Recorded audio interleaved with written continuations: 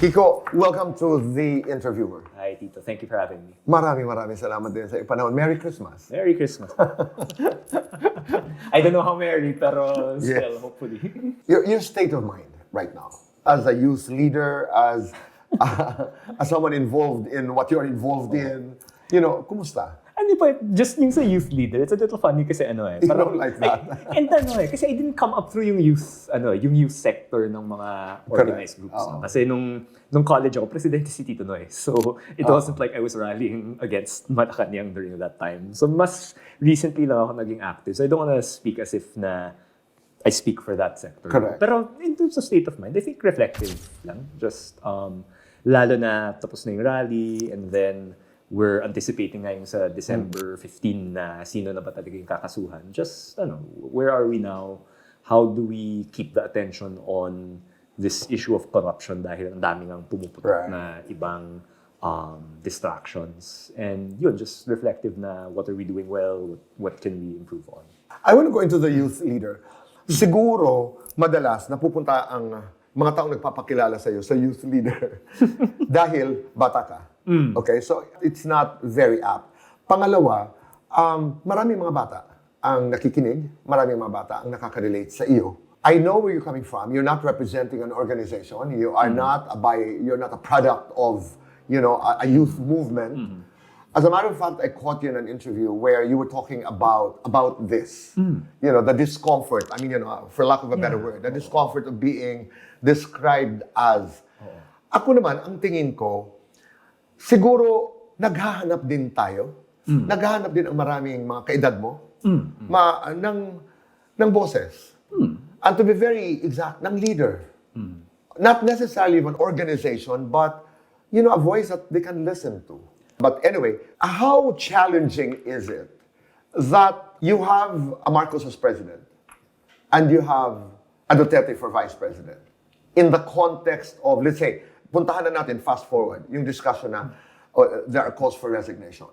Meron mga grupo, anybody but Sara. Meron naman mga grupo na nagsasabing, ay hindi, kami, we are allied with the administration. Basta makasiguro lang kami na hindi ang successor si Sara. You guys talk about constitutional elements of this whole discussion. Nasaan sila? Well, sige, so I, just speaking for my group siguro, no? Parang ang tingin ko kasi, it is a sign of a healthy democracy kung nagagamit niya yung elections, yung legal cases to combat corruption. No? Parang in political theory, so the way we hold our politicians accountable is to say, or the way that we prevent corruption is to say na, okay, kapag may ginawa kang mali, pag may ginawa kang tiwali, we will vote you out. No? That's, to me, a sign of a healthy democracy. Kaya sa akin, parang malaking bagay para sa akin na kung yung gagawin natin dito sa crisis natin ngayon in terms of corruption, we bring that to the election and we vote out the people involved. And you're talking about the elections of 2028? Of 2028. Okay. Kasi isa sa mga points nyo noong Chilean March ay igalang natin ang 1987 Constitution. So, basically what you're trying to say, let's not go to the 2028 elections. Hypothetical ito. Halimbawa lamang mapababa ang presidente. Kasi nga, may mga cause. I know you tried to avoid that in the Chilean March. Did you deliberately? To be clear, the call of the organizers was not to call for resignation. Pero again, I think resignation is a good faith call. Parang in a lot of situations, appropriate. But it was something that you didn't encourage, it was something that you didn't stop. If it was there, yeah, ganun. Parang if people called for it, no problem. The thing that we were conscious about was anything seditious. No? In our view, it's anything involving the military na medyo yun yung mali. Pero palagay ko klaro yun. Klaro yun. In the event, halimbawa, na mapababa ang president before 2028, the Constitution says the vice president becomes president. And to your group and to you, that is not a problem. To me, that is. Because again, I was part of a group that sought to impeach Vice President Sara Duterte. Okay, so we feel that I feel she's not an acceptable person to be in office. But I do realize na a resign call kay President Marcos, yun yung result nun, di ba? So to your earlier point na this challenge na we have a Marcos as president, and a Duterte as vice president. And specifically a Sara Duterte who has violent tendencies, who also has a track record of corruption. Nagiging mas mahirap yung accountability call. Kasi pag again, I think a lot of people in good faith, even supporters of Vice President Duterte, they're making the call for Marcos to resign. And I don't blame them for making that call.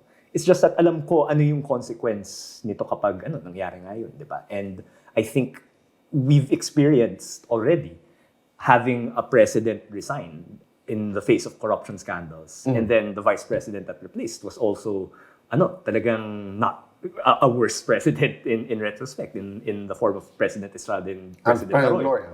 Okay. So ako learning from that, kaya medyo I appreciate yung paghinay-hinay namin in terms of those resignation calls. But I want to emphasize na none of the I don't question the integrity of the people calling for resign Sara Marcos or resign Marcos or resign Sara. No? Parang I think these are all acceptable given what they've done. Tindig Pilipinas, itong grupo nila, Chel Jokno, Laila de Lima and Company, hindi ba nakakahina ng pwesto ninyo, halimbawa, Kiko? Dahil you have a Duterte, you have a Marcos, sino bang oposisyon?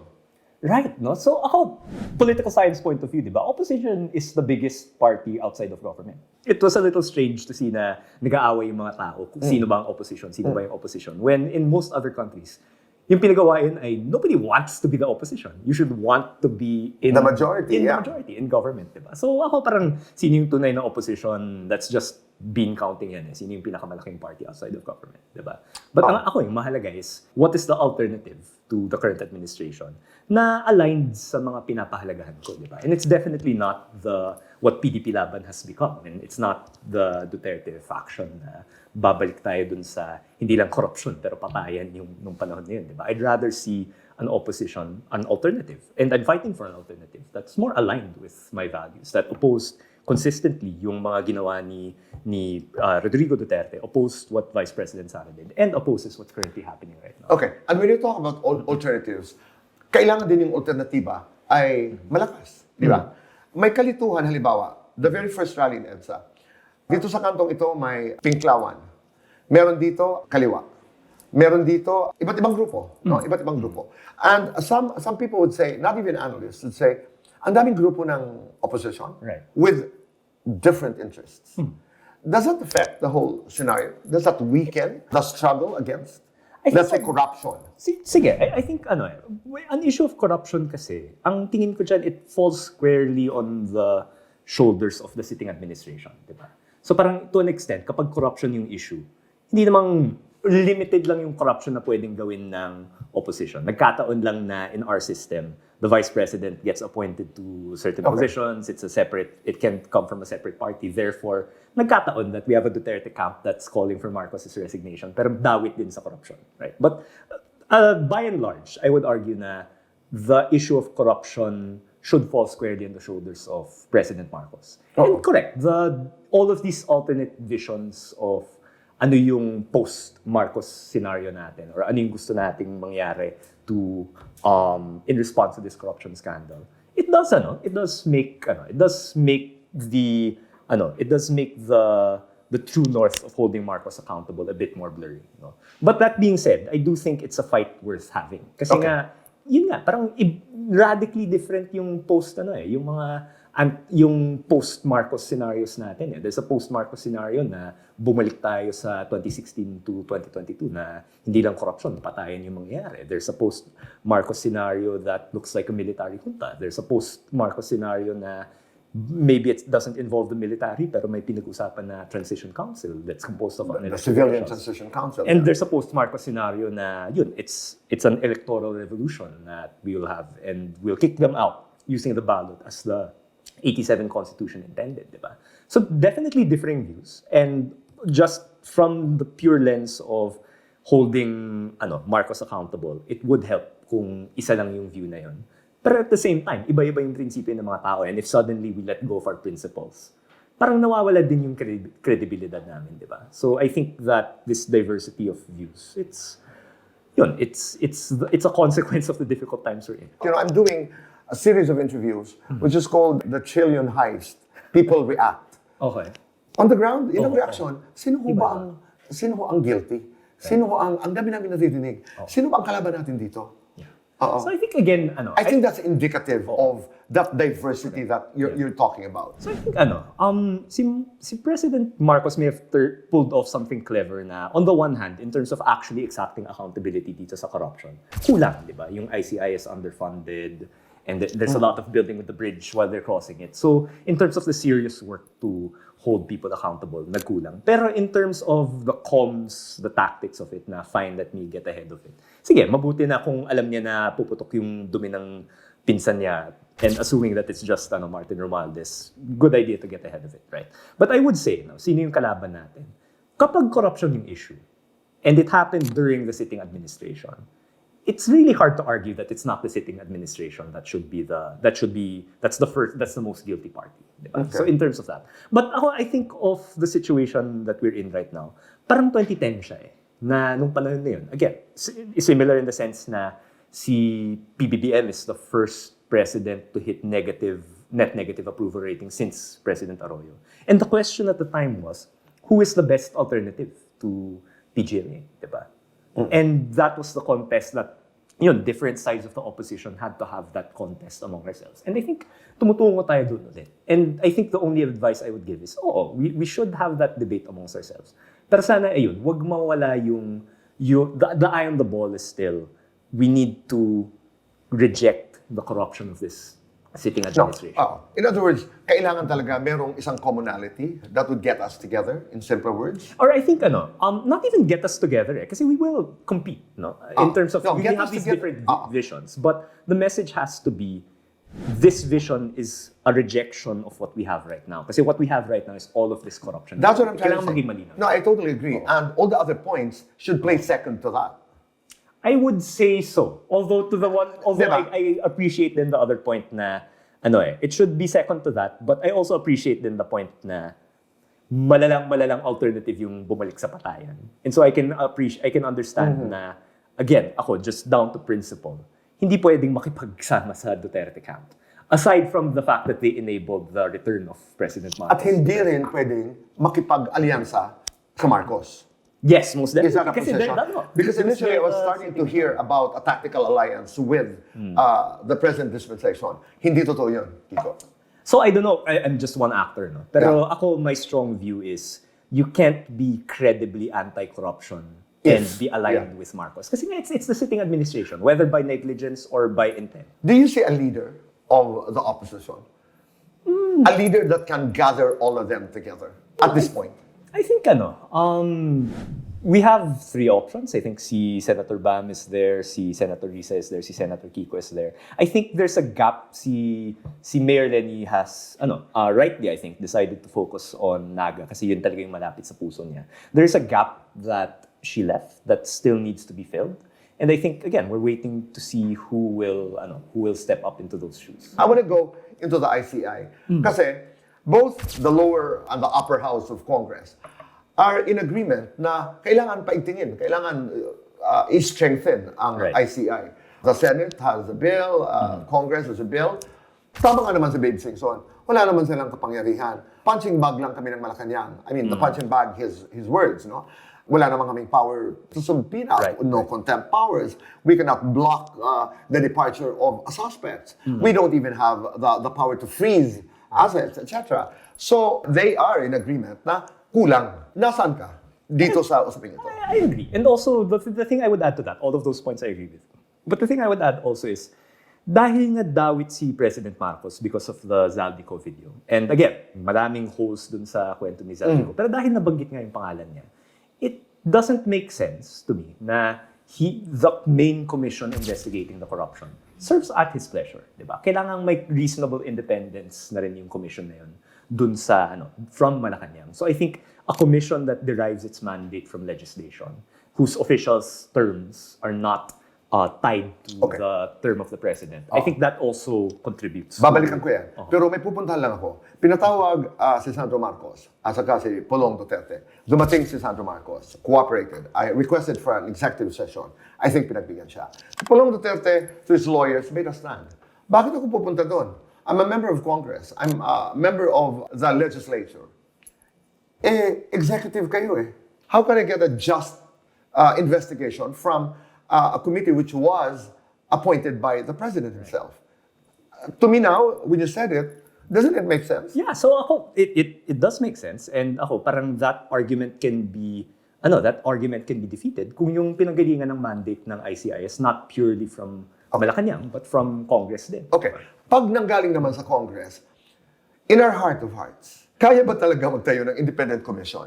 I mean, formed by this present Congress, for example. Definitely, the loss of Sec Babes from the ICI is a big blow. And I have to reconsider my position. Before he left, ang tingin ko doon, I wouldn't mind kung sila-sila pa rin yun, di ba? Pero, sana yung terms nila, hindi siya at the pleasure of the President. So, kung may fixed term yun, gustuhin man ni President Marcos o hindi, magpapatuloy lang yung trabaho nila. Ako, that should be enough na iba yung hugot ng mandate nila.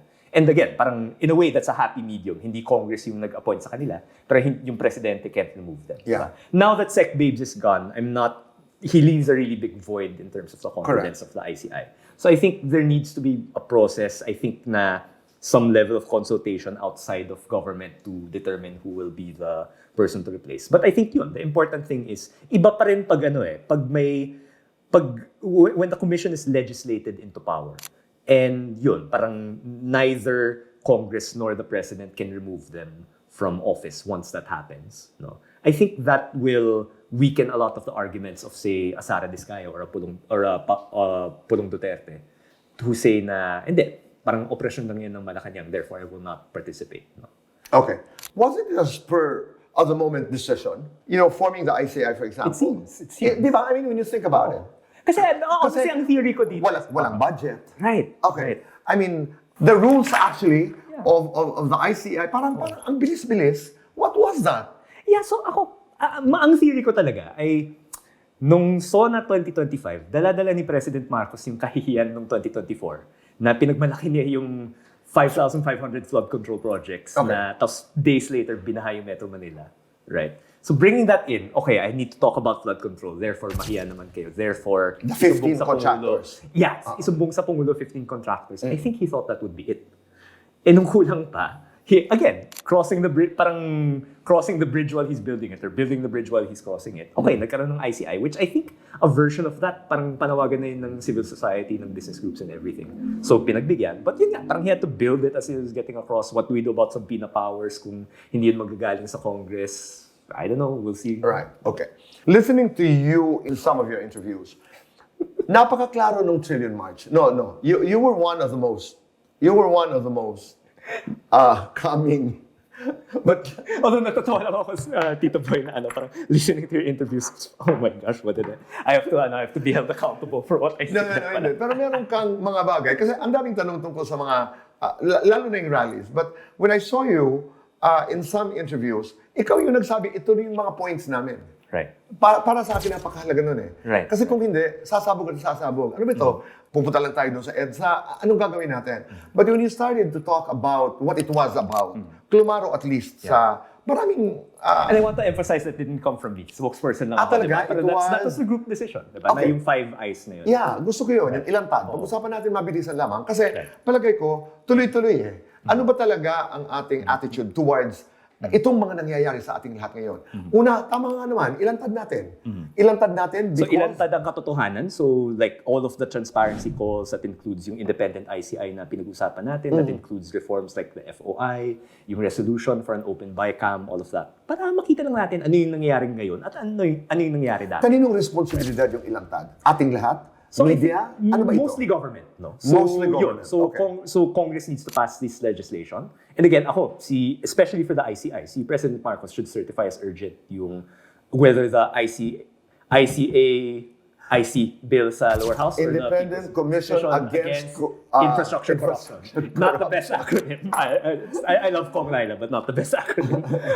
Pero yun, he should certify that as urgent to show na, okay, I won't involve myself there to give people a fair chance to also investigate the claims against me. At saka yung setup naman na yun ay, yung tatlo were supposed to stay eh. Dadagdagan lang nila ng 2 yata eh. Yun ang pagkakaunawa ko. Pwede rin. There are diba?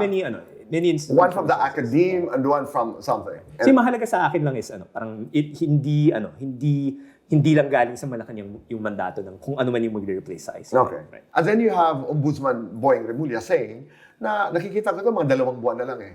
Mapupunta na sa amin lahat ito. We're going to hire young lawyers, hundreds of them. Mawawala ng ICC. Kasi conflicted ako kay Ombudsman Remulla. But you were not? Yes. Diba? Okay. But I will say, parang on the one hand, I think kung actions lang ang basehan natin, he's done a lot of the right things. No? From the transparency of the Salens to really banging the door as far as yung The Salen was great. the politicians, the parang high officials being tried are concerned. Pero hindi rin basta-basta mawawala na before 2022 even, or during 2022. Sobrang malapit na alay siya kay President Marcos, di ba? Okay. So ako, as much good as he's done, I'll say I would have preferred that President Marcos appointed a different ombudsman. Kasi just because, yun, parang mababahiran ng politicization na naman yung mga ginagawa. Okay. Yung Ilantad kasi lalawak yan eh. Hindi lamang sa usaping korupsyon, pero mga related issues. Katulad halimbawa ngayon. Kasi kung klaro yan sa taong bayan, Ilantad natin, pinag-uusapan ngayon yung PhilHealth. Desisyon ng Korte Suprema. Right. Isa pa yun. Ibalik yung 60 billion. So, Right. di ba? Pag sinabi mong Ilantad, may guide kaagad ang isipan ng tao in trying to understand what is happening. Right. Ito na yung paglalantad. Ito na yung paglalantad na sinasabi nila. And many others. Lalo na itong usaping 60 billion dahil ano yun, nakaka-relate ang taong bayan. Yeah. 60 billion of PhilHealth money. PhilHealth pa talaga sa panahon na ang daming nagkakasakit, ang daming naghahanap ng GL. Napunta sa flood control, sa infra, Right. etc. At ang pagbalik ngayon nito sa PhilHealth ay isa pang malaking kontrobersiya dahil, hindi, dagdag na lang natin sa 2026 budget. Right. Although I guess, yung pagbalik, parang what is the app mechanism? Kasi I saw the post of Cardinal Ambo din na parang I also read. fix but no fix, di ba? Pero parang, there is a question nga na, okay, what is the correct mechanism? Kung, yung pera ay dapat, parang hindi, mababawi ba yan from the agencies it went to? How do you identify where that... At saka hindi lang, halimbawa, kung ito'y napunta sa infrastructure, ngayon na alam na natin kung ano ang pamamaraan nila, sa halimbawa sa DPWH, anong nanakaw doon? Right. Maibabalik din ba yun? You know, so I understood also where the cardinal was coming from. Right. Na may accountability, hindi lamang yung ibabalik, but we wanna know what happened. Di ba? Totoo naman. Oo, dahil napunta sa front. But anyway, doon lang tayo sa Ilantad. Bahagi yun na sana patuloy na paglalantad ng gobyerno o kung sino man ang dapat maglantad ng mga bagay na ganito. That's number one. And that's really clear to us. So, Ilantad, ibalik ang nakaw na yaman. So, again, this is yung point ni Kong Chel Diokno na pwede mauna yung forfeiture cases. No? Na hindi lang tayo magre-rely na kusang binabalik yung hundreds of millions na 0.1% of the money that was stolen, di ba? So parang dapat may forfeiture cases na. Pero, Kiko, doon muna sa ibalik. Okay. Sino nagko-compute? Matagal na proseso ito. Magkano ang dapat ibalik? Paano namin malalaman? Alam namin na bilang taong bayan, nakita namin yung pagbalik ni Alcantara ng over 100 million. Right. You know. So, magpapasalamat kami bilang taong bayan. Maraming salamat. Pero anong tamang, magkano ba talagang nanakaw niyo? So I think it's more in terms of kung alam natin na itong mga proyekto ay hindi nagkaroon ng bunga or anything. Lahat. And if these particular projects na may perang nakakabit doon ay hindi naman nag-materialize, dapat ibalik yung pera supposedly na nakalaan. Meron ba tayo? So baka it might be by project, if I'm not mistaken, but I have to also consult. May formula ba because this is restitution. Right. Oo. It might not even be, I don't know if restitution is necessarily the right term. It's just na-identify natin na mali yung paggasta. So we're trying to stop the bleeding lang. We're trying to binabawi lang natin. Kasi yung idea nga is mauuna yung forfeiture dun sa criminal cases. Okay. So we're not necessarily saying ito yung guilty. Though we'll get there eventually. I get that. Pero mauna lang na, okay, may balik lang muna yung pera para hindi na siya mapunta kung saan. I get that point. Although, ang pinanggagalingan naman namin ay nakita namin yung mga auto na diskayas. Nakita namin yung mga pera doon sa mesa. Nakita namin yung mga bags. Dapat ibalik niyo yan sa taong bayan. Kaya, the questions are the following. Magkano ba? Sino? Saan? Kaya, it made sense to me when the Cardinal was saying na, sandali, may accountability, may transparency. Dapat malaman namin, yung 60 billion na napunta sa infra, halimbawa, sa mga flood control projects, napunta ba talaga sa flood control projects? Kasi ang gobyerno ngayon, meron silang 80 billion From the 80 billion, pwede daw ibalik. Pero pera pa rin ng taong bayan yun. Ibig sabihin yung mga nawala, pababayaan na lang, kakalimutan lang ng namin. That's why Cardinal David was very right. Na, sandali muna.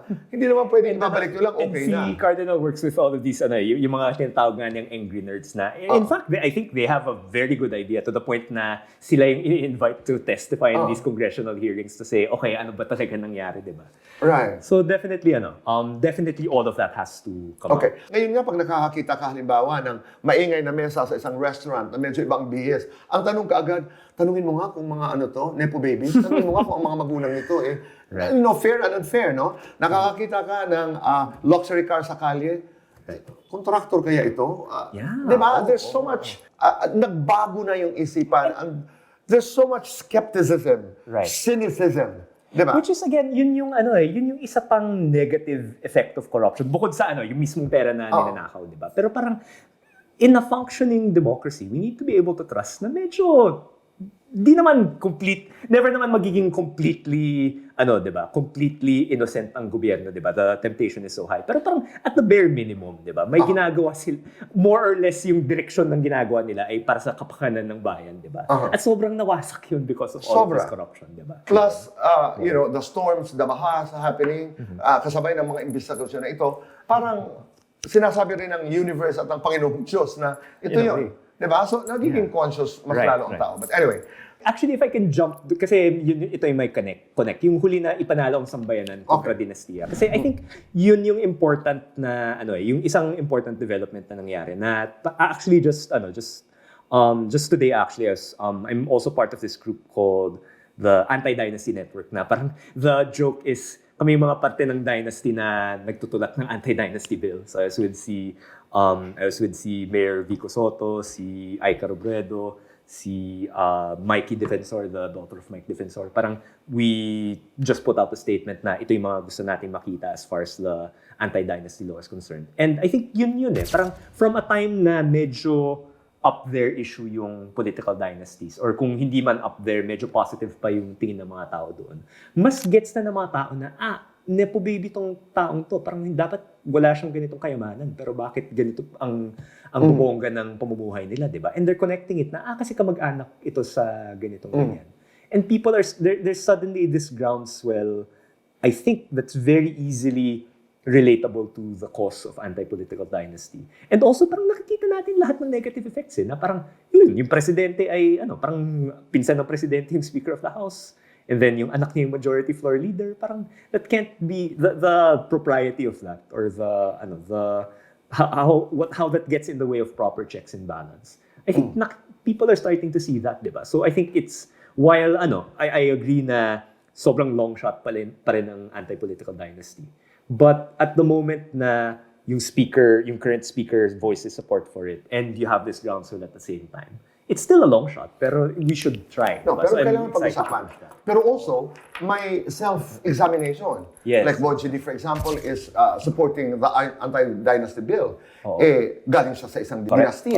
Let's talk about Vico Soto. Halimbawa, Vico Soto, for all his goodness, his brilliance, his honesty, he cannot also claim, unless we redefine kung ano ang political dynasty. So I think it's important nga na Kailangan i-review how are you defining political dynasty? So kami it's fourth degree of Ang ibig sabihin yan para maintindihan. Pinsan. So yun yung farthest, 'di ba? Kasi ang pagbibilang ng degrees halimbawa si Vico, ang tiyuhin niya, kapatid ng tatay niya ay senador, Senate President. So I Is that think political third dynasty? degree yun. So in a way, dynasty yun. Although, syempre, parang iba yung local, iba yung national. But Nasabi ko lamang ito because it may be also unfair to people like Vico na napakahusay manilbihan ng bayan. But he's pushing for it also. Diba? So, but there's a difference yun nga eh. So ako parang, in a way, it's easy for me to say. Kasi ako talagang wala akong interest na pumasok sa politika. So ako kahit 5th degree, 6th degree man yan, support ko pa rin, di ba? Well, I just wanna argue that because bakit ayaw mo? Bakit ayaw ng mabubuting tao pumasok? No, really. I mean, Kiko, kasi my line is not, no, there's a good side to political dynasty. I am against political dynasty. But there has to be a recognition. We have to be cognizant also of our uniqueness as a people. Kasi lahat naman tayo, ginagaya-gaya na lang natin. Porque, the concept of political dynasty is bad, it's bad. I mean, tingnan natin. Vico Soto is there. You are there. Sino ba? I actually want to push back on that a little bit. Sige nga. Kasi parang yung in a way, yung pag-condemn natin sa dynasties, that's really a Filipino phenomenon, right? Hindi naman galit sa dynasties yung ibang mga bansa eh. Pero nagkaroon tayo ng anti-dynasty provision sa 87 Constitution. Kasi yung framers natin na this is the clearest way to repudiate yung conjugal dictatorship ng panahon ni President Marcos. So in a way, mas parang as opposed to nakikigaya tayo, hindi, this dynasty thing is our fight. Fight natin yan bilang mga Pilipino na yun yung tuluyang pag-reject natin dun sa maling sistema ng panahon ni President Marcos. And so again, parang to the point of yun, there are these good people and they come from political dynasties. That's true, pero parang yung panggagaya, Kiko, okay, I may have not said that clearly. Okay. Not necessarily the political dynasty concept. Pero tayo kasi, halimbawa, may mga bagay na from the onset takot na tayo. And I'm not pushing for, let's say, a military junta. But sa ating kagad, pag sinabi mong military or civilian military junta, di ba? We don't take a look at it. In my conversation with Ronald, we started to talk about Vietnam, di ba, and Thailand. Na i-address naman natin, sino ba tayo? Sino ba tayo? Ano bang demokrasya? I go for democracy, of course. Ano bang klase ng demokrasya ang nababagay sa atin? I remember nga that point on Thailand, Tito Boy. Kasi iniisip ko rin, parang Thailand has its own dysfunctions, di ba? Parang very recently, they had a popular progressive political party na talagang ginawa ang lahat to make sure that they don't get in power, di ba? Meron din. Even Vietnam, meron. In Vietnam, definitely, it's parang not a purely democratic state as well. Pero I guess, in terms of military junta, I guess, part of it is, parang from background din naman. Parang yun yung sinubukang gawin sa lola ko for how many times nung panahon niya. And so ako, I genuinely believe na yung idea na yan belongs in the dustbin of history, di ba? Okay. So, but ako, maybe there's a cooler head that can parse the positives and the negatives. Pero ako parang nandun pa rin ako sa kailangan nating dumaan sa balota to gain power in this country. Kasi parang yun lang yung paraan na lahat tayo, as flawed as the elections are, lahat tayo may say kung sino yung uupo. Okay. Ako may simplistic discussion ako dyan. Kasi tayo, mahal natin ang demokrasya. And I really think we deserve a democracy. I mean, personally. Pero, madalas mo naririnig yan, Kiko. Pag nandito tayo sa Pilipinas, hindi tayo sumusunod ng mga batas.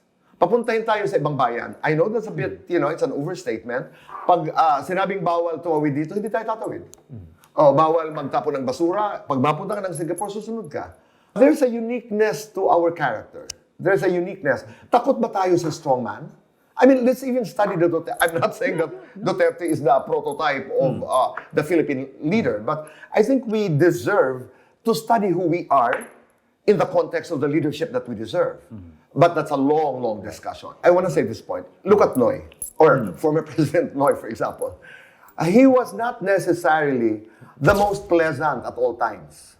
When you wanted to make a point, when you wanted to say something, he was very strong about the things he believed in. He was not very popular to some political sectors, okay?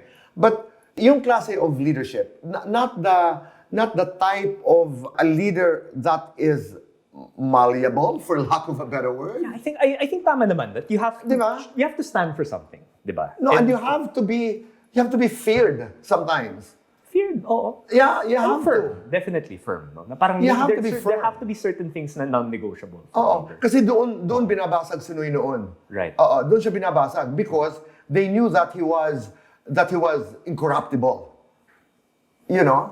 Or ako, in contrast right now, so this is something I've been thinking about a lot, na si PBBM, for example, there were a lot of times that he needed to make a stand on a divisive issue. Yes. For example, parang the ICC of President Duterte, the impeachment of VP Sara, this corruption thing now, okay, he seems to be trying to make an initial stand, pero ang labnaw, di ba? We're seeing that right now. The one thing he was able to do it, I think, reasonably well on was the issue of China. But even then, sobrang majority support naman yung issue sa China dun, di ba? So it didn't take that much. Pero parang nakikita natin ngayon na even if you have all of the political calculus, and I'm not necessarily saying si PBBM does have the political calculus down, but even if you have all of that down, if you're not able to make the moral argument for a decision that you need to make, wala talagang susunod sa'yo. Kasi ako, tingin ko tama yung pag-arrest kay kay Duterte, tama yung pag-impeach kay VP Sara, tama yung ginagawa natin sa corruption ngayon, di ba? But we have a leader who's just either unwilling or incapable of making any kind of moral argument for these things. And so what happens? Yung dapat ginagawa natin, arrest of Duterte, Right. impeachment of VP Sara, nagiging, sa pananaw ng ibang tao, nagiging political machination lang siya. Instead of, hindi, this is the right thing to do. Kasi maraming pinatay si President Duterte. Kasi violent yung, si VP Sara made threats against ganito, ganyan, in addition to all of the corruption. Diba? So that kind of willingness to say na, ito yung tama, and I will convince you, I will, Right. parang, if you disagree, fine, we disagree, pero this is the direction I'm going. And that was a time when I would hear people say he's going for redemption. That was a time when I would hear some people say, I mean, of course, in the context of the father, that guy during those times, he's probably going for. I don't know if it's. I don't know if redemption is the term. I think it's more. My honest, my view is parang he's looking for respectability. Maybe. Kasi sa matagal na panahon, talagang, and for good, very, very good reason, kadiring maging Marcos dito sa Pilipinas. I think that should still be the case, in fact. Diba? Respectability. But he's trying to change that. But yun nga parang for whatever reason, there's no moral conviction behind that. It's just, akala niya na it's just a matter of arithmetic na if I take this position, biglang gagalangin ako. But yun nga parang there's no moral leadership behind it. No? Right. And I think, in a way, I shouldn't be surprised that Marcos is not capable of any kind of moral leadership. But yun nga, I think the thing that's missing in all of these, fine, positive steps, yung pag-arrest kay President Duterte, yung impeachment kay Sara Duterte. But if you don't have a leader that can make the moral case for it, even these positive steps become go to waste. Diba? So, at least malapit yung respectability to redemption. Ito na ulit to redemption. Punta tayo sa dapat ikulong. After the dynastia, yung ipaglaban ng bayan. Skinip ko yung so ikulong, diba? So again, I think, and this is the sense that most people, yung primal sense na dapat may makulong na mataas na opisyal, na wala dapat sasantuhin dito sa issue ng corruption na to, diba? And so I think, it does make sense that a lot of people are looking at yung December 15 na binanggit ni Ombudsman Remulla. Sino ba talaga yung kakasuhan? And again, I have to review all of the different narratives that have emerged. Pero parang lumalabas, it might just be sa senators, it might just be Senator Villanueva and Senator Estrada. Sa Congress naman, ang labo ng back and forth about Speaker Romualdez na nung 3 weeks before the rally, ang sabi ni President Marcos ay walang ebidensya. 2 weeks before the rally, biglang sinabi ng DPWH na hindi, baka meron. Tapos a week before the rally, yung ICI medyo nagba-backtrack ulit. So that's a worrying sign na parang are we going to follow the evidence where it goes or not, di ba? Kasi parang it's hard to imagine how all of these things happen na walang basbas ni Speaker Romualdez, di ba? Or on the other side na parang lumalabas ata na hindi rin nasasama si Senator Escudero, even though he was the Senate President at the time, and he sat in those small committee meetings. So again, magkakaalaman, and the signs aren't good, pero sige, let's give them a chance to put their money where their mouth is, pero I'm also not holding my breath that much. No, pero itong mga conversations na ito ay nagbibigay kaalaman din at paalala sa maraming tao, mga kababayan natin, na may pangako sila sa December 15. Right. So, and again, parang titingnan natin. On the one, and tama naman na we do need to give them an opportunity. Na parang to say na, okay, kahit na sobrang hindi ako believe na mangyayari siya, fine. Wala pa yung December 15, tingnan natin, baka may mangyari. Again, not holding my breath, and the signs are not in the best direction. Right. Sige, hayaan natin lumabas yan, and then we'll comment.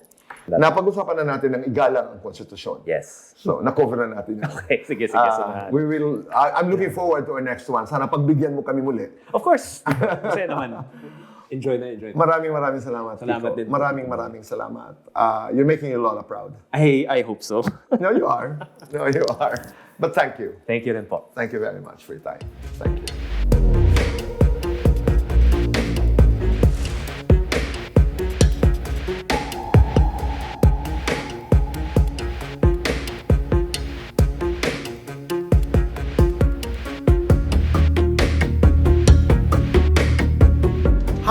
of the Philippines and people of the world, hit the button below and you will be subscribing to the Boy Abunda Talk channel on YouTube.